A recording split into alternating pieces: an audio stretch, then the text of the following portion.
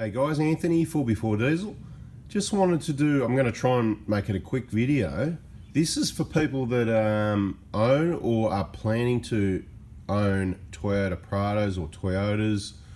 I suppose a little bit of what vehicles to buy in general, and hopefully a lot of handy information for your purchase. So in our family, we've got the 120 Prado that isn't going anywhere. We've got them all obviously in the workshop at the moment. The new 2019 GX and a 2013 150. So they're all here at the moment, so we can just have a quick chat about those. And the first thing I want to be really clear about is, just because I purchased a 2019 GX with this 1GD engine and the 6-speed automatic transmission doesn't mean I recommend you do. Okay, so this video is not specific about this vehicle, but this is what I'm going to say about Toyotas, right? Generally, we love all our Toyotas. Okay, we've also got a Camry there, other cars as well, unfortunately, but anyway, not too many. So some come and go, you know. We do change cars a bit, so it's all good. With the new vehicles, obviously, Toyotas are awesome and they're just getting better in most ways. Now, the problem we've got is the same as what I've been saying for a while, and that is emission controls, right? So you've got the DPF on this one, okay? The DPF probably won't cause you any issues if you use the vehicle correctly, and of course, it takes a while for the manufacturers to learn exactly how you're going to use the vehicle so that they can put some software that's not going to cause an issue. But this isn't about this vehicle, okay? I just want to be really clear. Just because we purchased one doesn't mean it's staying or how long it's staying for. It doesn't mean we're saying that's what you should do. Now let's go and have a look at some better options. Okay, so the 120, all the 120s. We like the 120s, particularly with the 1KD. Look, we like the 1KZs as well. The 1KZ's an awesome engine. Every engine has its issues, so I don't think one's better than the other or anything like that. I like the 1KD, that's why we upgraded to that. It's definitely an upgrade. Why? Well, it's a lot more efficient. It's around 20% more fuel efficient when you compare everything in a fair way. It's got more power, more torque, much nicer to drive as an everyday vehicle. If you live on a farm or you're just doing highway runs, the 1KZ, it's more agricultural. It's pretty cool, but it's a lot dirtier as well. You know, the smoke thing, you know, whatever. These are a lot more efficient and cleaner running, okay? More fuel efficient, more power, responsiveness, smoother, quieter. Just beautiful. They're a beautiful engine, they really are. The other things we like about the 120, just some small things, these plastic trims on the side, right? So when you go bush and the sticks flick up and hit the side, see all these scuff marks that have been sort of hit pretty hard, I suppose. Basically, yeah, those plastic trims protect the paintwork from getting dents and scratches. You can imagine on the 150, if you had the same hits, you'd have some pretty nasty dents and scratches there. So it's good that it's an older vehicle. That's why we like to hold on to the older vehicle as well. There's been a lot of work done on this vehicle over the years. It's probably like a 80,000 K vehicle, because we're always looking, what can we replace next to keep it in good, reliable working order. It drives, you drive this vehicle, it's just beautiful. Anyway, there's lots of other things. We like that we can open the rear window here. These rear windows you can just pop open to, we have a charger set up. There's a small projector charger in the car, and we just plug in one plug and it runs the fridge and charges the battery. I suppose perhaps that's why our Optima's going nearly 5 years, both the Optimas actually, in very good condition. And we do quite a bit of testing with solar panels. I think I mentioned that in other videos. So we've got one set up on this battery now and another one on one of the other vehicles. So look, bigger tanks, 180 litre tank, we like that. The top mount intercooler is nice and compact, small and out of the way. It's got a shorter travel distance, which is good. Front mount intercoolers can be better because you can put bigger and more airflow, but then you've got your tubing, your travel distance and that, so you've got that delay. Anyway, Let's go and have a look at one of the next vehicles over here.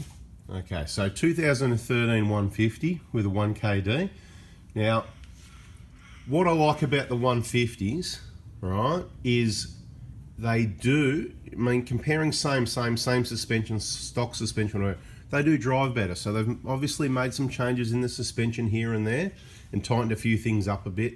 They do just drive a little bit nicer. They certainly do drive better, okay? Things I didn't or don't really like, I suppose it's grown on me a bit. I didn't like the dash, the big square thing in the middle, things like that, and that little very small display, you know, with your trip computer. That was a bit of a, yeah, bit of a Toyota thing, let's say, right? This is the thing about Toyota, right? Quality vehicles, right? These are quality vehicles, but they kind of don't have the bling sometimes, you know? Your Mazdas have got the bling, and they're good quality vehicles as well. They're one of my top brands as well, Mazda. You've just got to be careful what you buy. What I'm trying to say here is just because we went and purchased a 1GD, it doesn't mean that's what you do. I still think these are the last of the best and stick with these for the moment. The DPF thing, if it's used correctly and you're doing long trips and stuff like that and not all the short stop-start driving, you probably won't have any issues with it. They're going to be expensive when you do. It's good that they've got the longer warranty, so that's a positive towards the new car thing. We wouldn't have gone that way without a 5-7 year warranty, and we'll be most likely getting rid of the vehicle. That's the plan. Who knows? I haven't got a crystal ball. The plan is not to keep the vehicle long term, sell it while it's still under warranty, and go through some other vehicles. That's also how we learn. Owning vehicles, you learn heaps. You know, it's not, you can work on heaps of different cars. Owning them's a totally different thing. So owning and working on your own and setting them up and everything. So look, we still recommend the 1KD. 2015, really, last of the best if you're talking engines. So I said with the 120, 2009, last of the best. We really like the 120s. The 150, smaller fuel tanks, you can't open the back windows. You haven't got that protection, you know. White's a good colour, isn't it, right? Okay, white's your colour that you're not going to notice stuff on, but you haven't got that protection. If sticks flick up, it's going to hit the paintwork and damage it. That's why white's the go. If you're going to be doing a lot of outback bush travels, tracks and that, white is the go. Now, I just want to put it out there. This vehicle I do maintain, service and change injectors on, but I didn't do any of the vehicle setup, batteries or wiring or anything like that. It had nothing to do with it, so I just want to be clear about that.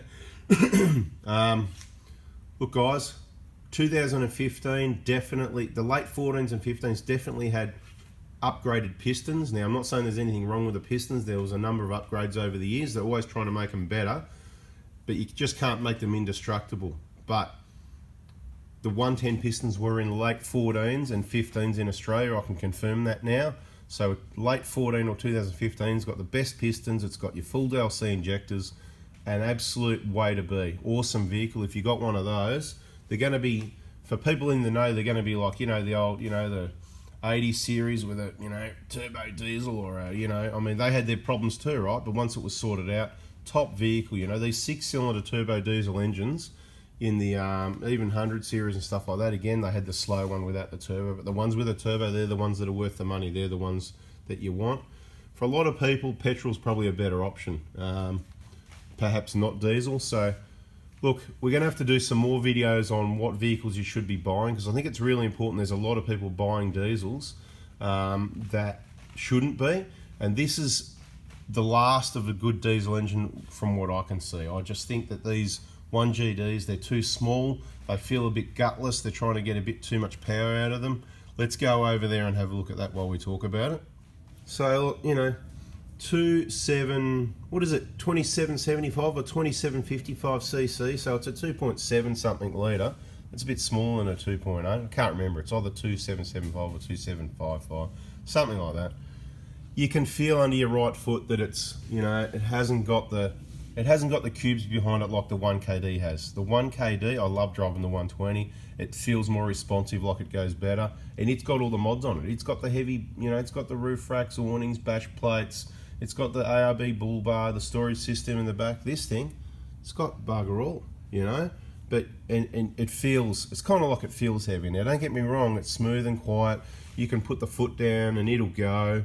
Probably as good as a 1KD maybe, I don't know, we'll have to line them up one day and do a comparison. I just want to be clear, just because we purchased one doesn't mean that's what I'm recommending. I'm probably recommend against it, and this is a few things I want to say. The transmission I find quite annoying. It's very hard to get you can get converter lock in 4th, 5th and 6th. Okay, they're your 3 gears, so 1st, 2nd and 3rd, no. 4th, 5th and 6th, yes. But it's very hard to keep lock in 5th and 6th depending what speed and hills and headwind and stuff like that. I think the transmission software needs to be remapped to keep converter lock in 5th and 6th a little bit longer, or perhaps once you flick it across to manually control it, certainly a lot longer there, where it goes into a bit of a sport mode and it unlocks even more easier than being in drive is what I found. So not great transmission, nice and smooth, and it's probably going to last ages anyway, but this torque converter unlocking all the time and a lot of slip of the torque converter, it's just going to cook your transmission oil. Now these Toyota transmissions, they seem to be bulletproof, so it's probably, like I said, it's probably going to be go forever anyway, even without an oil change. So we could say, oh, don't worry about it, or you could put a cooler, but a cooler just cools the oil down. It's a band-aid fix kind of thing, you know what I mean? It cools the oil down from, okay, if it was that, it's going to be that, right? But if you drive it right, that's converter lock. It's going to keep it cool, a lot cooler, okay? That's your proper fix. That's what makes heat in your transmission. The only thing that heats up your transmission is torque converter slip and the fact that they run it through the radiator because they want it to warm up to operating temperature, 80, 90 degrees, okay? They don't want it to run at 50 or 60 or 40 or running cold and drive for 10 minutes. So they don't want it running around cold all the time. That's why it goes through the radiator. Otherwise it would have an independent cooler, okay? So just beware if you're putting coolers on in cooler climates and it's always running cold, because that's not ideal either. Like the engine, it's got a thermostat. They don't want it running cold. Operating temperature, both items, okay? Your diffs can run cold, okay? Your transmission and engine, normal operating temperature is the key, okay? So we're not excited about the transmission software. Yeah, you can go spend some more money and get a lock-up kit and whatever, but you know, more mods, who wants to do that? Why should you need to spend more money when you've just spent 60, 70, 80, or how much is a Kakadu, whatever, 100 grand, whatever it is, right? Too much money. I don't think they're good value for money. There you go. I would never buy anything in a Prado more than a GX, because a GX you can pull for about, well, 55 grand. There it is, you know, auto with metallic paint, 55 grand. I wouldn't pay any more than that. There you go. If you get white, it's cheaper. If you get manual, it's cheaper again. You're going to get down around 51 with a white manual, okay? 51 to 52 is your price, okay? Wouldn't pay any more than that. I don't see that the vehicles are worth any more than that. So have a think about that. The whole 70, 80 grand thing for a Prado with this engine in it, too much, mate, you know? So small engine, don't like it. Go and find yourself last of the best. 2014 or 15 1KD is the way to be. Just wanted to let you know my opinion. That's my thoughts on it. Don't go and pay the price that everybody else pays. Don't go and ask how much they are. Google it, look up the price, have a look at the list price. Mate, you decide what you're paying, okay? You know, for a new GXL Prado, you should be able to get one close to 60. I don't know if 60 is the answer, but 62, 63. Don't pay 67 or 70 or 73, you know? There's a big margins, a big markup in Toyotas, right? That's why they like it. There is a big markup. There's room to move there. Okay, and I don't know whether they want you to know that or not, or who cares, because plenty of other people out there. John Cadogan will tell you all about it. Anyway, so there's a plug for him. And look, you know, I pretty much agree with most of his information. He carries on a bit. I think all the swearing and carry on is unnecessary, but, you know, he probably does that for a bit of entertainment. That probably works, but we're not going to go that way. We're just going to try and keep it to the information. Appreciate everyone following. I'm just trying to share my thoughts. As I said, we see a lot of these vehicles, we use them, we own them, so hopefully I've got a fair idea of what's the right way to go. I would really like to be able to buy a new Prado with a V6. Look, diesels are for full driving, and don't get me wrong, you've got your traction control and hill descent and all that, but it just doesn't work that well. And the torque of the diesel, the D-cell coming down hills and the torque going up, it's just smooth, effortless power, which is why you go for diesels, and the 1KDs do that really well. It's just a 4-cylinder though. It's really not for towing. I mean, when I say that, short trips, take the boat down, whatever, on the weekend, no problem. But if you're going to go buy a big carrier and the whole 3-ton towing, it's a joke, okay? 2-ton towing going around Australia. Look, it'll do it, and it'll do it slow, but just understand, you know, it's just, you're doing a marathon in a pair of thongs, okay? I don't know if I can, there you go, that's a quick thought that I had. A marathon in a pair of thongs, you know? But then Cliff Young did it in gumboots, so there you go. Well, maybe that's a tip there. Maybe it needs a V8, but I'm sure people will love a V8. We need a V6. I wouldn't mind if it was petrol. Petrol with turbos, a twin turbo V6, they get that much torque. It does it effortlessly as well, and as you start towing and increase your highway speed, because you've got so much torque, the wind resistant doesn't affect the fuel economy as much, and you actually get better economy than a non-turbo, the same non-turbo engine, okay? So a V6 twin turbo would be awesome, Toyota, if one of you guys is watching this. Talk to Japan, come on, give them some ideas. V6 twin turbo, hybrid, okay? That way it covers it for the people that do shorter trips. Bada boom, they've got their electric side of things with a plug, come on. Mitsubishi could even do it years ago with a plug. If Mitsubishi can do it, surely Toyota can put a plug, right? Batteries, a plug, a hybrid, a V6 twin turbo. Mate, it's going to be the top selling car in the world. What a beast. Prado, the best car in its current form the way it is now. Awesome vehicle. Not much improved from the older ones like, you know, 11, 12, 13, 14, 15. Not much improved, but it is improved. I like it. There's a lot of things we like about it. Check our other videos because there's some out there and there's going to be more coming as to what we like about it. What we're not impressed with is this engine and the transmission, and there'll be more details about this engine coming in later videos. Once again, I just wanted to share the importance of not being confused, going, oh, Anthony's got a 1GD. Well, he might have it for 6 months and then it's gone again, you know. It's just a bit of a taste. We're playing with it, we're testing it, we're showing you, we're giving you some feedback, right? It's what we do. Prado business, okay? The 120 is not going anywhere, okay?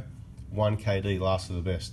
Guys, if you haven't already, please subscribe and go and watch some of the older videos. There's heaps of awesome information there and more coming your way. Thanks for your support. See ya.